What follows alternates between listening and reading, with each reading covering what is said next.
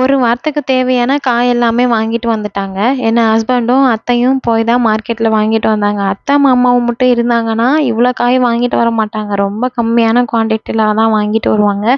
அதுவும் போல நம்ம ஊர்ல வந்து மார்க்கெட்லாம் கிடையாது. கொஞ்சம் பக்கத்து ஊர்ல போய் தான் மார்க்கெட் இருக்கும். வாங்கிட்டு வர மாதிரி தான் இருக்கும்.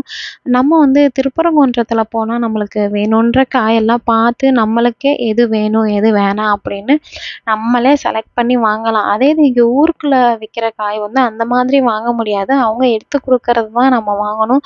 அதுவும் போல ரேட்டு வந்து ரொம்ப ஜாஸ்தியாவும் சொல்லுவாங்களா, அதனால தான் அன்னைக்கு டைம் கிடைக்கும் பொழுதே நான் அனுப்பிட்டேன். போங்க நீங்களும் அத்தையும் போய் வாங்கிட்டு வந்து குடுங்க அப்படின்னு சொல்லிட்டு கையோட எல்லாத்தையும் எடுத்து கிளீன் பண்ணிட்டு, அத்தை தான் காலையில வந்து சாம்பார், சாதம், அதுக்கப்புறம் கொஞ்சம் ரசம் வச்சிருந்தாங்க.